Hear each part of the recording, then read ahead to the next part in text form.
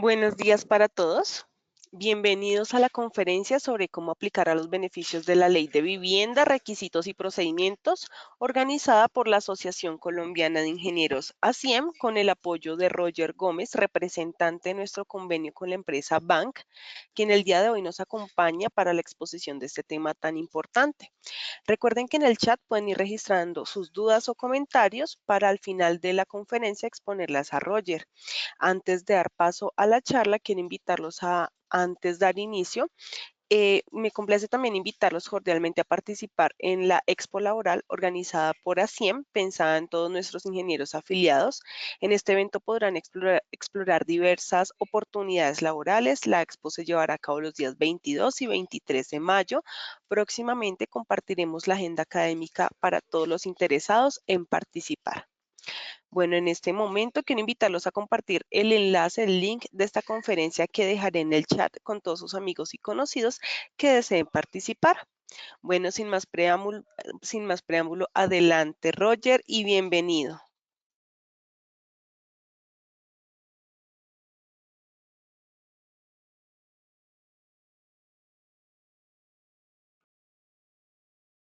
Hola, Soy buenos Roger. días. ¿Me escuchan y ven mi pantalla? Perfecto. Ok, listo. Pues muy buenos días a todos. Pues primero, para mí es un placer poder acompañarlos en el día de hoy en esta conferencia. Muchas gracias a CIEN por la invitación. Es una oportunidad y un privilegio poder dirigirnos también a ustedes. Como lo mencionó ya Valentina, mi nombre es Roger Gómez. Yo me desempeño como líder de operaciones de una fintech que se llama Building Life Technologies, cuya marca es Bank. Rápidamente les comento pues que tengo una experiencia pues de más de 15 años en el sector financiero, desarrollando pues varios roles pues directivos pues en materia de productos financieros y segmentos de clientes, y pues muy contento en la mañana de hoy poder compartir con ustedes pues algunos comentarios sobre la Ley de Vivienda 546 del 99. Es una ley que pues ya tiene sus añitos. Pues entró en vigencia en diciembre de ese año, pero como todo en la vida, muchos no conocemos o conocemos parcialmente, y muchas veces pues la falta de conocimiento pues de la normatividad como cualquier cosa, pues nos puede prevenir a nosotros de poder disfrutar de los beneficios a los que tenemos derecho por ley. ¿Vale? Como lo mencionó Valentina, pues la idea es que al final de la charla, que pues va a ser muy corta, máximo una hora, ustedes nos puedan alzar la mano pues y comentar pues cualquier pregunta que tengan sobre el particular. Pues les sugiero pues vayan anotando pues cualquier comentario que tengan y lo hablamos pues al final.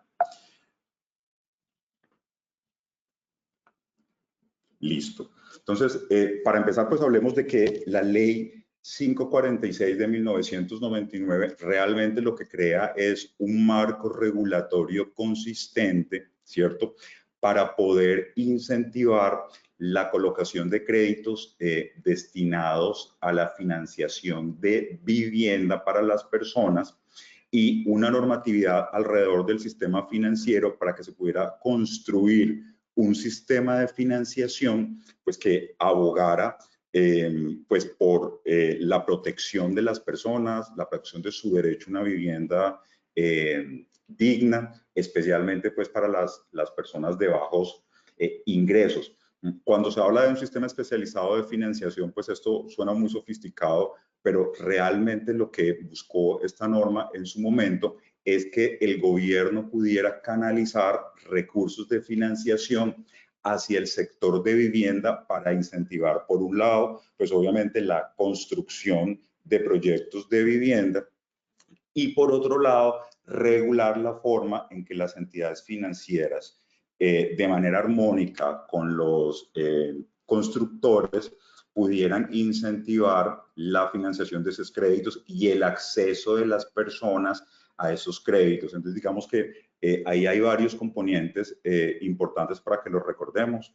La financiación pues, del sector de la vivienda, el acceso de las personas a productos de crédito para que pudieran adquirir su vivienda y otra, la protección de esas personas pues en condiciones pues obviamente pues no solamente pues de dignas, sino también de sostenibilidad en el tiempo, pues porque recuerden que en esa época, bueno, ya yo soy seguramente muy mayor de muchos de ustedes, pero si se acuerdan, después de la crisis del UPAC, pues hubo pues una revolución en el país en la que pues muchas personas perdieron sus viviendas porque pues sus créditos se volvieron impagables, de manera que esta ley entró a subsanar algunos vacíos que tenía la financiación de crédito en Colombia cuando existía el UPAC. Lo vamos a ver rápidamente pues más adelante, pero sobre todo a proteger a las personas para que ese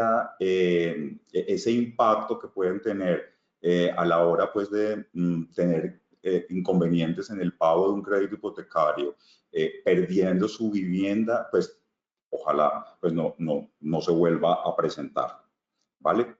Entonces, ¿cuáles son los objetivos y cuál es el marco sobre el cual entonces se creó esta ley de vivienda? Pues, por un lado, como lo mencioné, con el fin de proteger el patrimonio de las familias.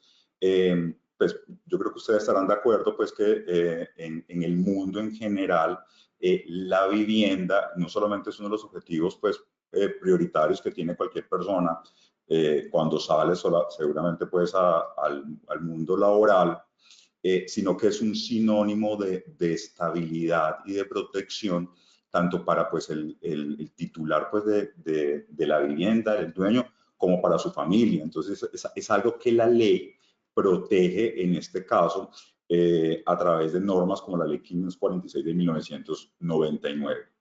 Por otro lado, como lo mencioné también anteriormente, la protección y el fomento del ahorro destinado a la financiación y a la construcción de vivienda, de manera que tanto las personas usuarias de créditos de vivienda como las entidades que otorgan crédito, como los bancos, las cooperativas, los fondos de empleados, incluso no solamente los establecimientos de crédito en este caso, y el sector de la construcción tuvieran unas reglas muy claras, ¿cierto?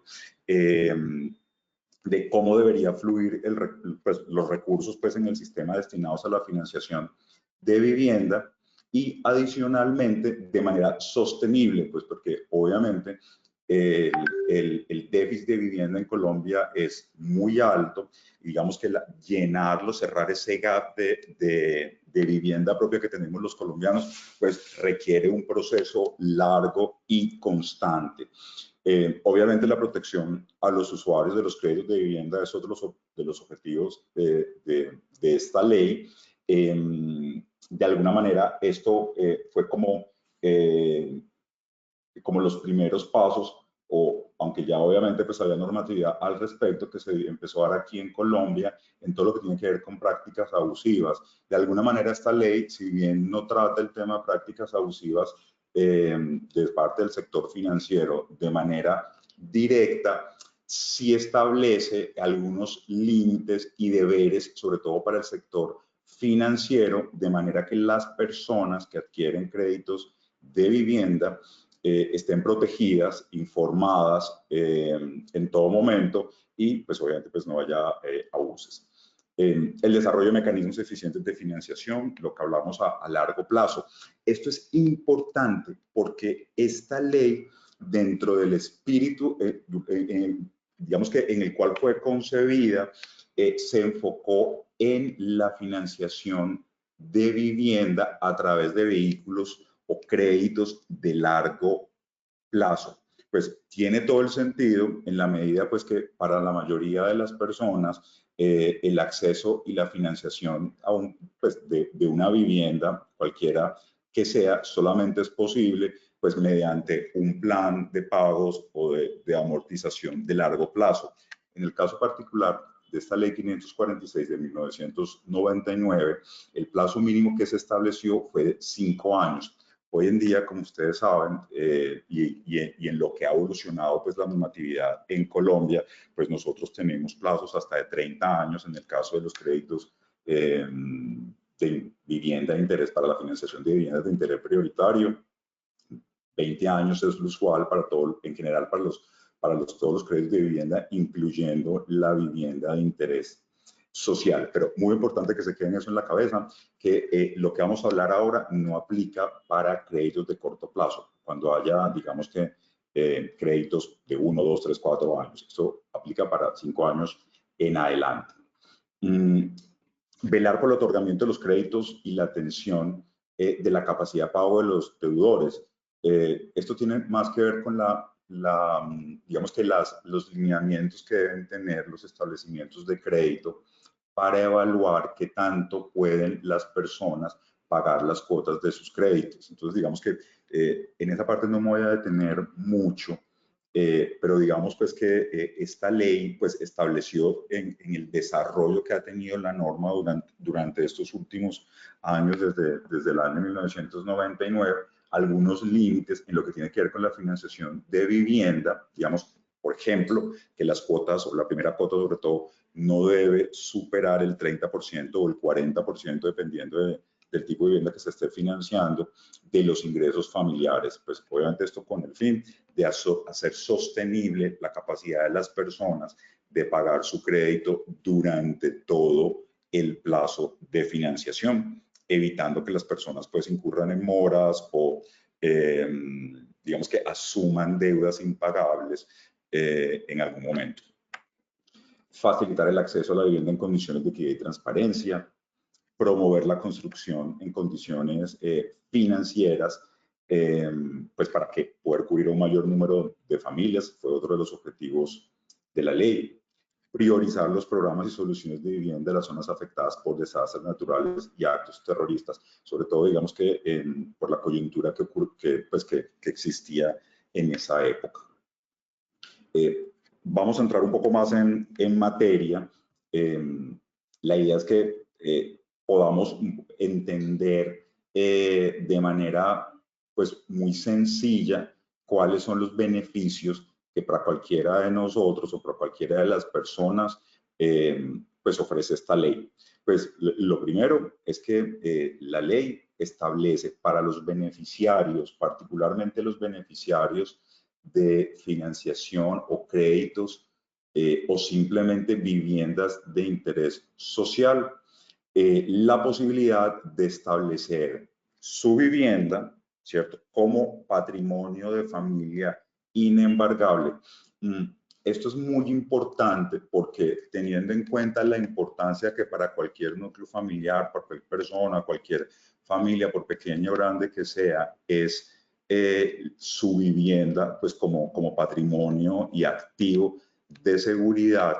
Lo que buscó la ley es que ese tipo de vivienda, sobre todo la primera, tuviera un carácter de inembargable y que no estuviera sujetos pues a demandas, a procesos de reclamaciones de cualquier tipo, salvo los que hagan las entidades que directamente ofrezcan la financiación de ese bien. Pues, ¿a qué me refiero? Que uno puede constituir y lo vamos a hablar de manera general enseguida, uno puede constituir su casa, la que adquirió, como patrimonio de familia para que no se la embarguen, ¿cierto? O para que, digamos que cualquiera digamos que de las cuentas por pagar o los créditos que tenga alguno de los miembros del núcleo familiar, por ejemplo, el papá, la mamá, no vaya a afectarlo en algún momento, pues, y obviamente afecte la vivienda, pues, como base de sus hijos, pues de la familia. En general,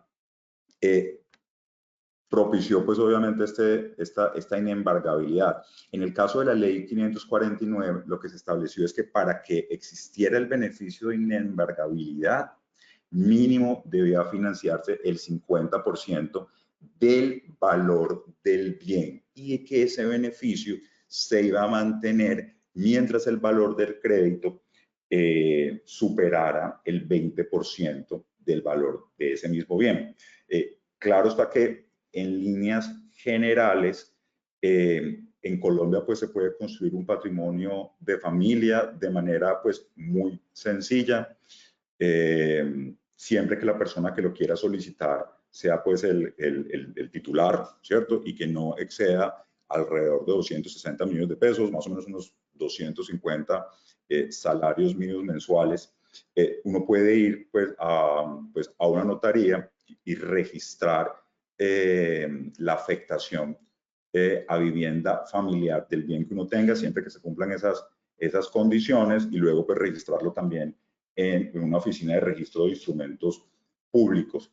Me refería a lo de los bancos, es porque es importante que esta protección aplica para cualquier tipo de embargo mientras esté vigente la afectación a patrimonio de familia, con excepción del banco que le prestó a uno la plata para financiar esa vivienda, lo cual pues tiene todo el sentido porque esta se constituye pues en la garantía de ese banco para esa financiación.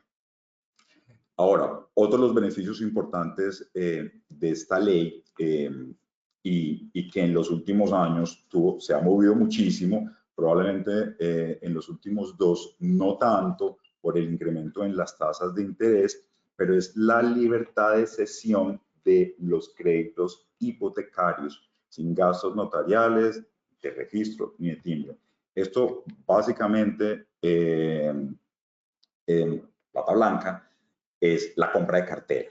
Entonces, en el caso de los créditos de vivienda, cualquier persona es libre de vender su cartera de vivienda a cualquier entidad, a cualquier otra entidad financiera. Y las entidades o el banco que le prestó la plata a uno está en la obligación de hacer todo el trámite de cesión de esa deuda, ¿cierto?, en no más de 10 días hábiles. Esto es supremamente importante porque cuando las condiciones de tasas de interés son buenas, son positivas, cuando estamos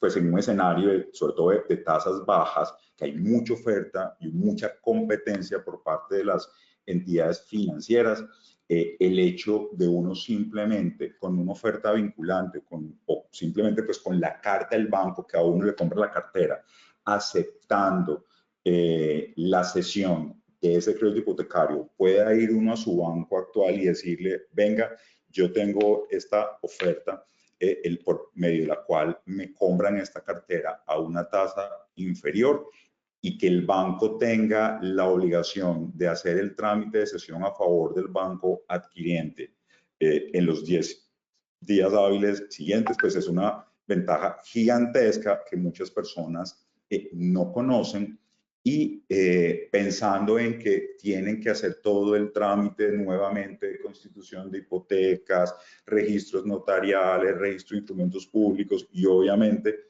todos los costos que eso acarrea, se abstienen de hacerlo o simplemente pues no averiguan por el tema. Pues ese es un proceso supremamente sencillo.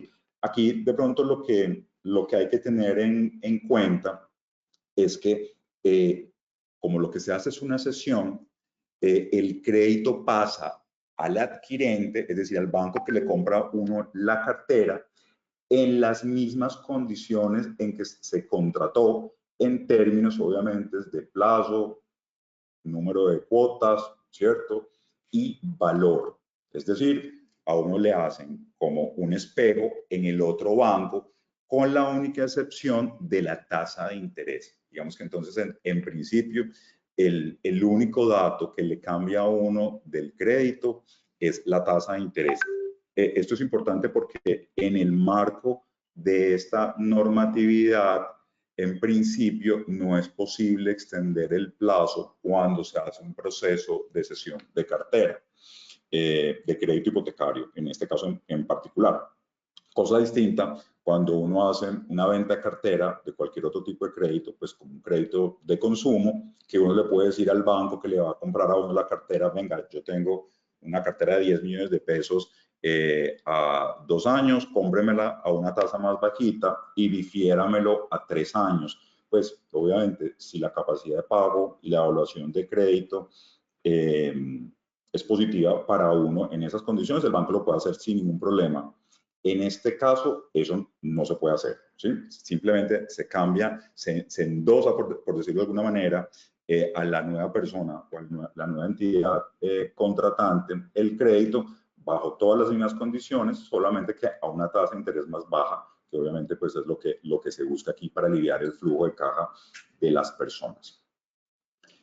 Otro beneficio importante de la Ley 549 de 1999, la libertad de tomar discrecionalmente los seguros asociados al crédito y endosarlos al acreedor. Esto simplemente es la posibilidad que uno tiene de contratar los seguros de cualquier crédito, en particular los de créditos de vivienda, por su cuenta. Ustedes saben que cuando uno toma un crédito con cualquier entidad financiera en Colombia, ¿cierto? Además de la tasa de interés y de los gastos pues, asociados pues, a la originación del crédito, por la derecha, a uno le cobran desde su banco una cuota mensual por concepto de seguro de vida, deudores en general para cualquier tipo de crédito. Y en el caso de los créditos hipotecarios, además del seguro de vida de deudores, pues lo que normalmente ocurre es que la entidad financiera no también le cobra un seguro de incendio y terremoto, que es el seguro que protege la garantía, que es obviamente pues la vivienda que uno está financiando. Pues lo que ocurre normalmente es que las entidades financieras ofrecen o le ofrecen a sus clientes el acceso a sus propias pólizas colectivas, de manera pues que el banco actúa como tomador de esos seguros, seguro de vida o seguro de incendio y terremoto, ¿cierto? Adhiere a las personas que financian sus viviendas, en este caso, con ellos y simplemente les cobra mensualmente el valor de las primas de esos seguros, tanto de vida deudor como de incendio y terremoto, con la cuota mensual del crédito.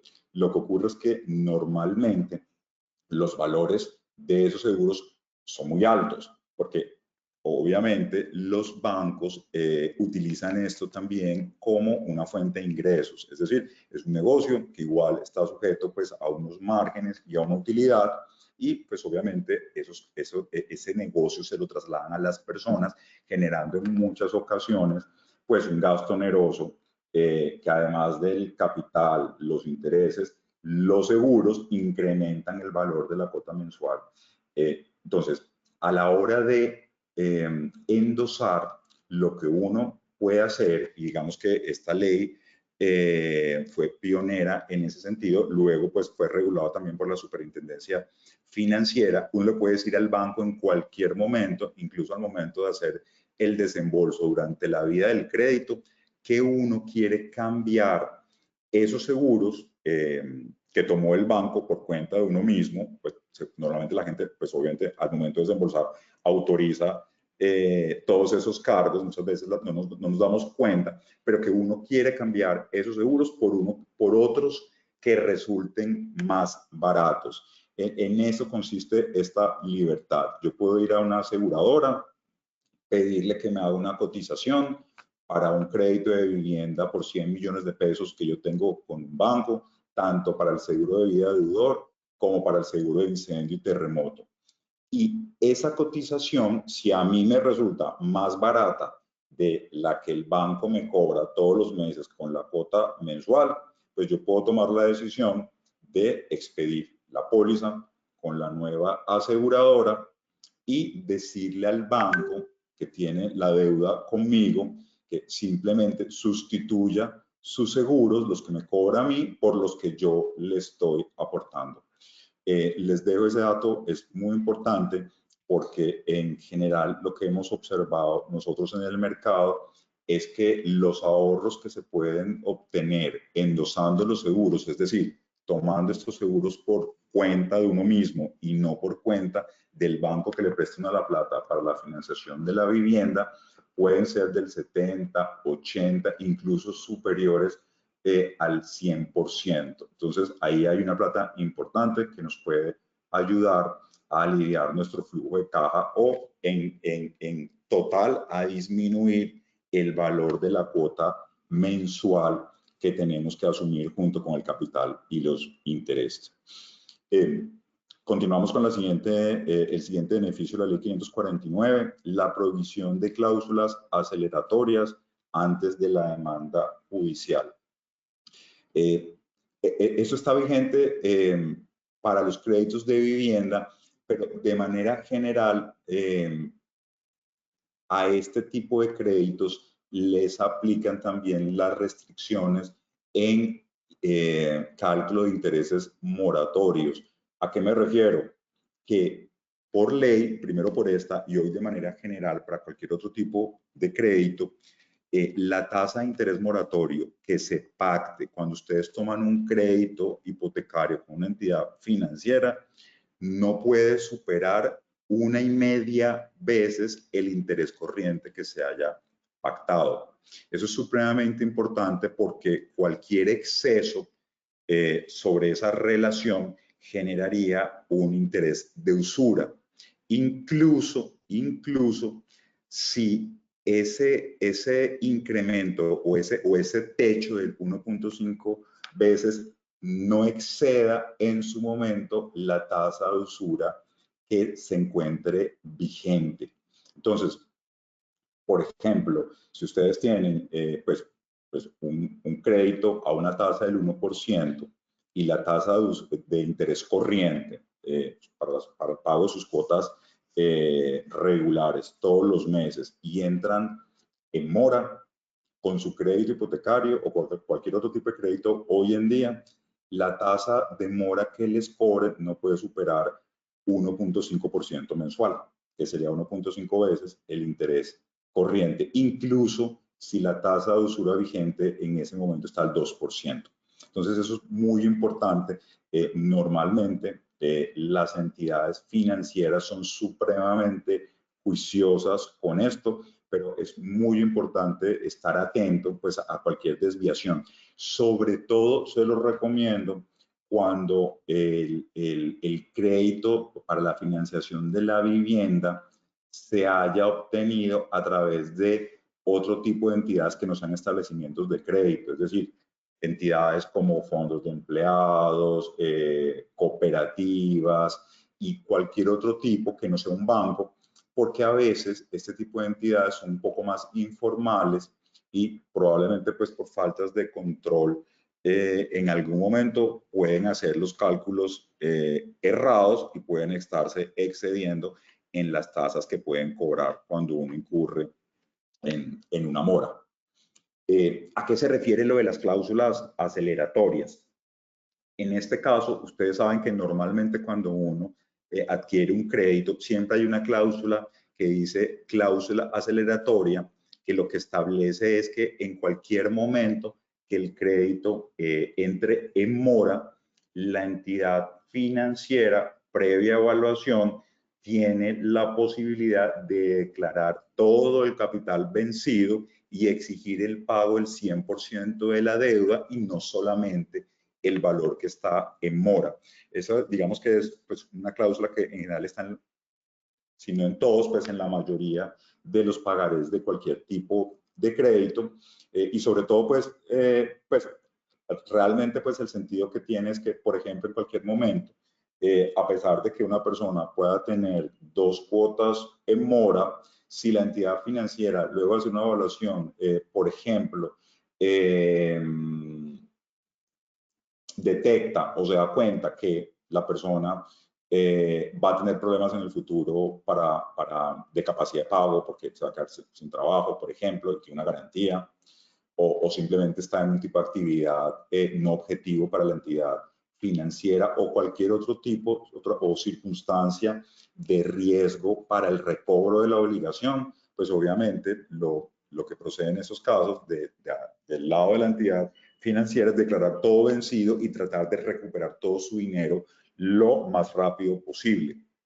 Pero en el marco de la ley lo que se estableció es que con el fin de proteger la vivienda de las personas, ¿cierto? Y el patrimonio de las familias que hemos hablado durante pues esta charla, en este caso en particular, para los créditos de vivienda está prohibido la aplicación de esas cláusulas aceleratorias, a menos de que sea ya dentro de un proceso ejecutivo, digamos, o en el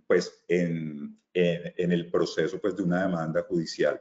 Pero no aplica esto cuando una persona está en un proceso de cobranza administrativa que puede estar en los primeros 90 días de mora. Las entidades financieras en ninguno de estos casos, sin tener un proceso en firme ejecutivo de una demanda judicial a través de un juez, pueden declarar vencido la totalidad del crédito y exigirle a la persona que le pague la totalidad de la deuda o ejecutar pues mucho menos su garantía. Entonces, eso es muy importante porque eso permite mayor flexibilidad de negociación de este tipo de créditos entre las entidades financieras y los deudores. Lo mismo aplica para los gastos de cobranza, que muchas veces pueden ser muy onerosos, como ustedes saben. Los bancos y las entidades financieras en general, no solamente establecimientos de crédito, están habilitados para trasladarle a las personas los gastos de cobranza, siempre que, obviamente, ojo también, porque los gastos de cobranza se pueden trasladar al deudor, siempre que la entidad financiera, cualquiera que ésta sea, pruebe que efectivamente está incurriendo en esos gastos para la cobranza de la cartera que se encuentre en mora. Entonces, no es digamos que por la derecha que a uno le pueden cobrar de una vez 12, 15 o incluso 20% de gastos de cobranza sobre una cartera vencida sin hacer nada, simplemente por el hecho que la ley lo permite. No, la ley lo permite siempre y cuando las entidades financieras prueben de que están incurriendo efectivamente en gastos adicionales para cobrar esa cartera. En el caso particular de la cartera de vivienda, estos gastos de cobranza, de manera pues similar a lo que ocurre con las cláusulas aceleratorias, pues no se pueden aplicar antes de la demanda judicial, en cuyo caso pues obviamente habrá unas costas, unos gastos adicionales que tendrán pues que, si el juez pues lo establece, tendrán que asumirse por el deudor, pero no antes. La cobertura de la tasa de interés fresh.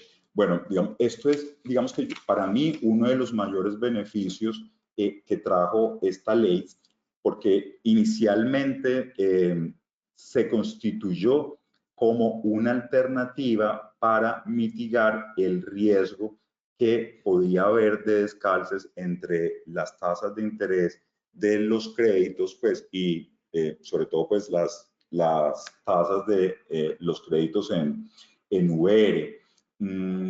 Hoy en día, digamos que esto ha servido de manera generalizada hasta ahora para incentivar la adquisición de créditos de vivienda. Digamos que este fondo de reserva pues, o de estabilización de los créditos de la cartera hipotecaria, de la manera como funciona hoy, es como un fondo que le permite a las personas obtener una cobertura en sus tasas de interés, es decir, un subsidio en la tasa de interés. Seguramente pues ustedes, muchos, han escuchado pues los subsidios a la vivienda de interés social o las viviendas de interés prioritario, líneas de subsidio, por ejemplo, como Mi Casa Ya, o los subsidios otorgados por las cajas de compensación familiar, que en general pues están enfocados en ayudar a las personas a realizar los cierres financieros, sobre todo de la primera parte de la plata que necesitan para adquirir una vivienda, que normalmente es la cuota inicial, que es ese 30 o 20% que los bancos, dependiendo pues del tipo de vivienda que se está adquiriendo, pues no financian. Entonces, de manera similar, la cobertura de la tasa de interés ofrece reducciones de la tasa de interés contratada con los bancos hasta de 5 puntos porcentuales en el caso de la vivienda de interés prioritario, pues que como saben es la vivienda pues que tiene un techo máximo de 90 salarios mínimos, más o menos unos 117 millones de pesos, y hasta de 4 puntos porcentuales para la vivienda de interés social, máximo 195 millones aproximadamente. ¿Cómo funciona esto? Pues cuando yo voy a un banco y importante, perdón, haciendo un paréntesis acá, que también hemos tenido en Colombia cobertura de tasas de interés para vivienda no bis. Es decir, hasta hace algunos años, si no estoy mal, incluso todavía hasta el 2023, teníamos coberturas para créditos, si la memoria no me falla, como hasta 500 millones de pesos. Sin embargo, este año, este fondo se limitó para la vivienda de interés prioritario y la vivienda de interés social. De manera que cuando uno va a un banco y uno necesita un crédito de vivienda para financiar una casa, digamos que no supere pues, los 190 millones de pesos aproximadamente, ¿cierto? Uno puede solicitar directamente ante la entidad financiera, ¿cierto? La aplicación de la cobertura de la tasa de interés fresh, que en este caso es, para ponerles pues, un ejemplo, si yo tengo contratado el 1.6%, ¿cierto? Con estos 4 puntos porcentuales puedo tener un alivio de manera que esa misma cuota del 1.6 me quede en el 1.2, lo cual es muy relevante para este tipo de créditos con montos tan importantes. Lo mismo aplicaría en el crédito de vivienda de interés prioritario, que tiene un mayor incentivo de esos 5 puntos porcentuales, mediante el cual, pues sí, pues si la tasa fuera del 1.5%, me quedaría en el 1%. Normalmente las entidades financieras son muy juiciosas, dándole a las personas pues toda la información relacionada con el acceso que pueden tener a este tipo de coberturas en el momento de hacer sus solicitudes de créditos para este tipo de viviendas, tanto vivienda de interés social como vivienda de interés prioritario, pero muy importante tenerlo en la cabeza, porque si no fuera ese el caso, uno puede sin ningún problema hacerle la solicitud a la entidad financiera para que a uno lo califiquen para acceder a estos beneficios.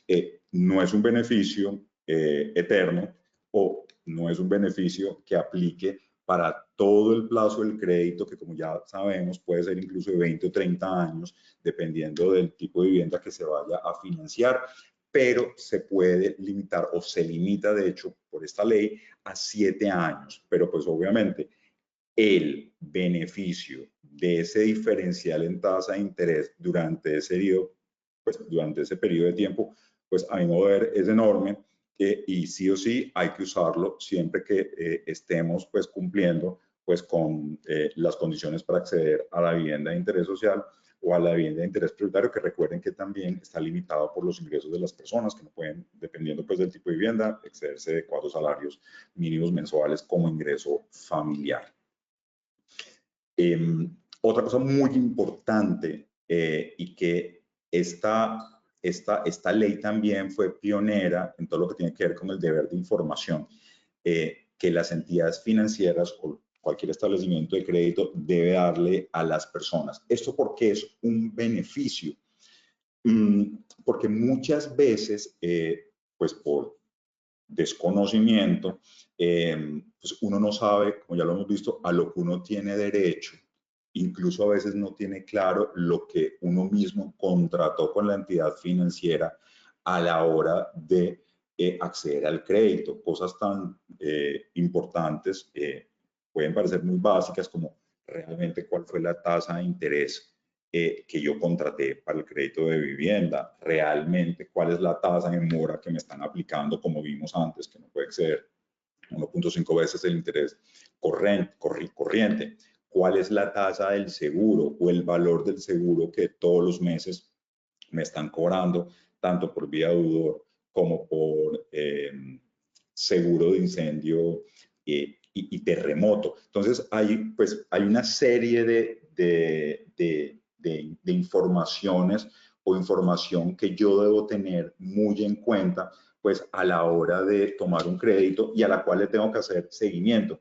Pues básicamente esta ley lo que hizo fue establecer la obligación que tiene cualquier entidad financiera o cualquier banco de entregarle de manera periódica, mensual y en algunos casos anualmente toda la información contratada para los créditos de vivienda. Entonces, ya sabemos, por ejemplo, la existencia de los extractos. Todos los bancos están obligados a entregar mensualmente un extracto con el detalle pormenorizado del saldo de la deuda, la forma de liquidar los intereses corrientes y de mora, como ya lo mencioné, el valor de los seguros, las tasas que se están aplicando.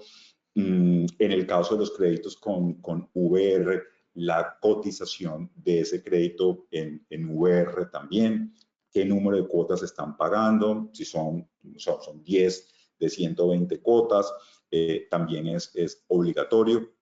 Y algo también muy importante, y es que esta ley también estableció la obligatoriedad de las entidades financieras para todos los años, a principio de año, enviarle a las personas una proyección de todos sus pagos hasta la finalización del crédito, de la manera que las personas puedan tener una visión muy clara de cuánto les falta por pagar mes a mes y cada uno de esos pagos, cómo está compuesto, cuánto es de capital, cuánto es de intereses, cuánto es de seguros. Y esa información es supremamente importante porque nos permite a cualquiera de los deudores o a las personas que tengamos créditos de vivienda, no solamente pues prepararnos y pues hacer nuestros presupuestos para todo el año, de manera que podamos asegurar el pago de las cuotas sin ningún problema, sino que nos permite tener información valiosa en el caso de que exista la posibilidad de ceder la cartera. Lo que hablamos pues de las compras de cartera que me pueden hacer los bancos en cualquier momento, pues eso me permite hacer comparaciones entre los planes de pago del crédito que tenga contratado en este momento con las ofertas o los planes de financiación que me hagan otras entidades financieras. Pero también me permite a mí realmente hacer una evaluación de mis gastos para establecer si, de acuerdo con mi situación actual, yo tengo algún riesgo de no pago futuro, sobre todo en el corto plazo, durante el próximo año, de manera que puedo ir a la entidad financiera y solicitar la reestructuración de mi crédito sin que esa solicitud quiera decir que me van a marcar como deudor moroso, que me vayan a restringir el acceso a otro tipo de financiaciones o productos financieros con esa misma entidad o otro tipo de entidad. Lo que la ley buscó en este caso es, teniendo en cuenta la protección del patrimonio de las personas, de las familias y de los titulares de estos créditos para sus viviendas, es que pudieran de manera muy flexible llegar a acuerdos para el pago de sus obligaciones de acuerdo con sus circunstancias actuales, lo cual es muy usual que ocurra. Sin embargo, en general las personas o no conocen esta información o no saben cómo gestionarla. Entonces, de manera que si yo tengo un crédito de vivienda y para este año asumí otro tipo de gastos por educación de los hijos, porque nuevos estudios, por cualquier tipo de erogación actual que pueda afectar mi capacidad de pago o que me la apriete o me la reduzca y me sienta apretado para seguir cumpliendo las cuotas que tengo contratadas con la entidad financiera para mi crédito de vivienda, yo con toda tranquilidad puedo ir al banco o a la entidad financiera y solicitar que hagamos una reestructuración del crédito. La entidad financiera está obligada a hacerlo, ¿cierto? De manera pues expedita, transparente, sin afectar mi scoring o calificación de crédito. Tengo la posibilidad entonces allí de incluso incrementar el plazo de la financiación para que las cuotas, si lo que yo necesito es que me queden más bajas, me queden más bajas. Pero también a la inversa. Yo puedo ir al banco y decirle, yo quiero que me reestructuren mi deuda porque mi capacidad de pago es más alta en estos momentos, de manera que, por ejemplo, tuve la fortuna de cambiarme de trabajo y ahora me pagan más de lo que me venían pagando en los últimos años, entonces yo tengo la posibilidad de pagar una cuota más alta. Eso es importante porque no es lo mismo, y muy bueno que lo tengan en cuenta, cuando yo voy y hago abonos extra a capital, que como ustedes saben, también es un derecho que tenemos todas las personas a cualquier tipo de crédito, no solamente a los créditos de vivienda, y es de hacer abonos extras al capital financiado con dos opciones. Que ese capital me permita reducir el plazo de la obligación o reducir la cuota pues sin afectar el plazo. Pero normalmente lo que ocurre en las entidades financieras cuando se hacen este tipo de ajustes es que el capital o los abonos realizados se van a la cola o se van al final de la obligación, ¿cierto? Y no afectan la forma de liquidación de los intereses de hoy. De manera que financieramente, pues tampoco es que yo vaya a tener una reducción en los intereses que liquida la entidad financiera. O sea, digamos que probablemente pues pueda cortar un poco el plazo de la obligación, pero el costo financiero no necesariamente se va a reducir en el corto plazo.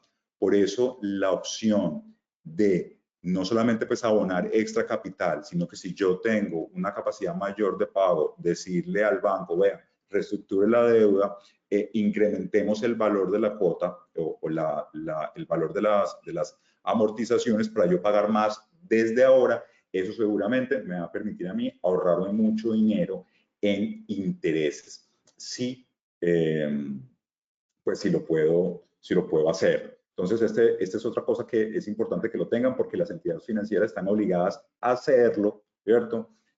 Nuevamente, sin que esto quiera decir que es una reestructuración. Digamos que normalmente tenemos la idea en la cabeza que las reestructuraciones todas están sujetas a personas que están en mora o incapaces de pagar o que tienen una cantidad de problemas y que vamos a estar marcados por X cantidad de tiempo en las centrales de riesgos o de información financiera. Bueno, esto no es lo que aplica en este caso para el crédito de vivienda porque por ley los bancos están obligados a hacer esos ajustes. Igualmente ocurre con el tipo de crédito de vivienda que yo tenga o el tipo de amortización. Por ejemplo, si yo tengo un crédito de vivienda calculado en VRs, yo también tengo toda la libertad de solicitarle a la entidad financiera que me cambie el sistema de amortización de VRs pues a pesos, ¿cierto? Porque me conviene, o viceversa, incluso puedo pasarme, si por alguna razón lo quiero hacer, de pesos a VRs, la entidad financiera también lo puede hacer. Muy importante tener mucho cuidado con esos cambios porque realmente el sistema de VRs, pues es positivo, sobre todo en los escenarios de inflación baja, cuando tenemos digamos que unas tasas de inflación estables, porque recuerden que la VR se calcula o está indexada a la tasa de inflación. Entonces, esto básicamente lo que hace es pues, que se mantenga la capacidad o el valor adquisitivo en el que está calculado el crédito, y como los ingresos de las personas normalmente también están asociados, sobre todo el salario mínimo, pues a la inflación, pues digamos que esto es positivo cuando uno va a financiar o va a empezar a pagar un crédito, porque pues normalmente pues las cuotas de los créditos en VR al principio son muy bajitas, pero luego normalmente se empiezan a incrementar porque la inflación sigue creciendo, creciendo, creciendo. Entonces, digamos que en las 2/3 partes o al final o de la mitad del crédito para adelante, pues las cuotas se pueden volver muy onerosas. Entonces, ojo también con eso, porque conviene tener un crédito en VR, depende sí de las personas, de cada persona, pero sobre todo si la expectativa de la inflación es a la baja. Por ejemplo, claramente, pues si estuviera sido el escenario de esta discusión en el 2020, cuando tuvimos pandemia y se disparó la inflación, pues en ese momento, pues la opción hubiera sido cambiar inmediatamente el tipo de crédito de VR a pesos para tener una tasa fija, estable, que nos permitiera hacer planeación financiera y pues presupuestarnos para lo que podemos pagar, y obviamente no estar sujetos pues al incremento de VR como consecuencia pues de la inflación. Pero simplemente para cerrar esta idea muy importante, entonces, que tengamos en cuenta que en cualquier momento lo podemos hacer, y el banco está en la obligación de hacernos la asesoría para la reestructuración del crédito de acuerdo a la capacidad, ya sea por déficit superado y porque tenga más plata o menos plata, sin que eso me afecte mi calificación de crédito. Bueno, ya para finalizar, en el caso pues, de los créditos para la financiación de vivienda, esta ley también estableció unos beneficios en cuanto a las tarifas notariales y de registro, de manera que todos los radicados y pues, los documentos de escrituración y de registros asociados a la financiación de un crédito, como la escrituración, la constitución de la hipoteca, tuvieran unas tarifas reducidas, 70% sobre la tarifa normal en el caso de la vivienda no bis, y 40 y 10% en el caso de la vivienda de interés social. Muy importante pues que las cancelaciones de las hipotecas se consideran actos sin cuantía. Eso es supremamente importante porque pues, obviamente al ser actos sin cuantía no están sujetos a las tarifas normales de gastos notariales y de registro, ¿vale? Entonces, bueno, esto aquí pues ha sido pues en espacio de tiempo pues muy corto, pues un resumen. Ahora, si alguien tiene alguna pregunta o de discusión o comentarios, aprovechemos este espacio. Perfecto, Roger, muchas gracias. Tal como le indicabas, en este momento damos paso a la sección de preguntas para quienes deseen participar y así poderlas compartir contigo. Pueden dejarlas en el chat, pueden levantar la mano y les vamos dando paso. En este momento tenemos la pregunta del ingeniero Luis Alberto Castañeda que indica: buen día, si tengo un crédito de leasing habitacional, ¿puedo solicitar cambio a crédito hipotecario? Gracias. Bueno, muy importante esa pregunta. En el caso de los créditos de leasing habitacional, y me imagino que está haciendo el ingeniero la pregunta en relación a la cesión de la que hablamos hace un momento, o la venta de cartera, el proceso es distinto porque la figura del leasing implica que la propiedad del inmueble no está en cabeza del deudor, sino de la entidad financiera. Entonces, si el crédito se hizo pues con un banco, ¿cierto? Realmente la titularidad de la propiedad no está en cabeza de la persona que podría hacer la solicitud de la cesión, sino de la entidad bancaria. Entonces, en ese orden de ideas, a mi modo de ver, no aplicaría la cesión por no ser uno realmente el dueño. Claro está que, pues yo creería que esto entra en consideración también de la entidad financiera. Lo que sucede es que hay algunos riesgos asociados en el momento de hacer la cesión, a la cual probablemente muchas entidades financieras no van a querer exponerse. Entonces, habría allí, ingeniero, sí, una limitante, pero también creería que depende de la entidad financiera hacerlo o no hacerlo. Perfecto, Roger, gracias.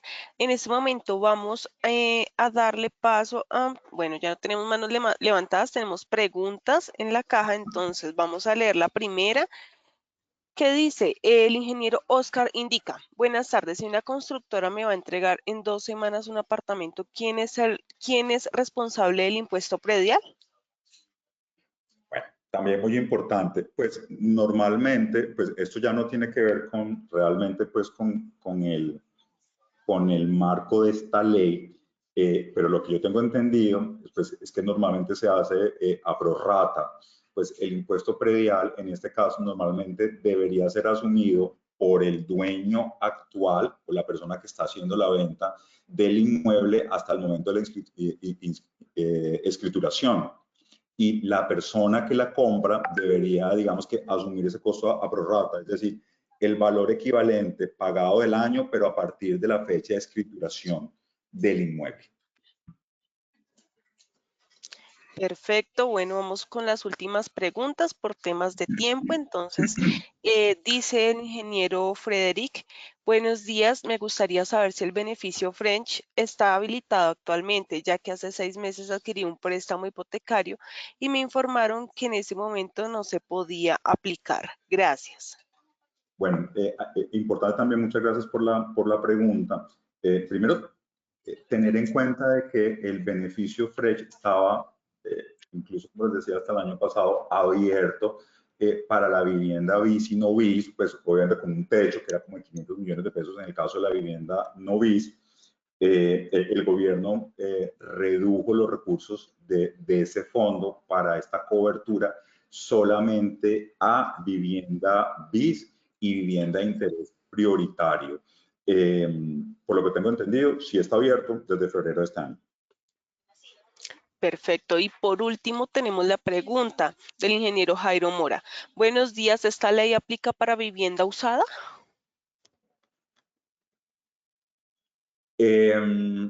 Sí, sí aplica para vivienda usada. Para la Perfecto. vivienda usada también aplicaría. Bueno, perfecto. Entonces, en este momento no tenemos más preguntas. Por supuesto, le agradecemos a Roger por su valioso tiempo, por toda la información y la explicación suministrada.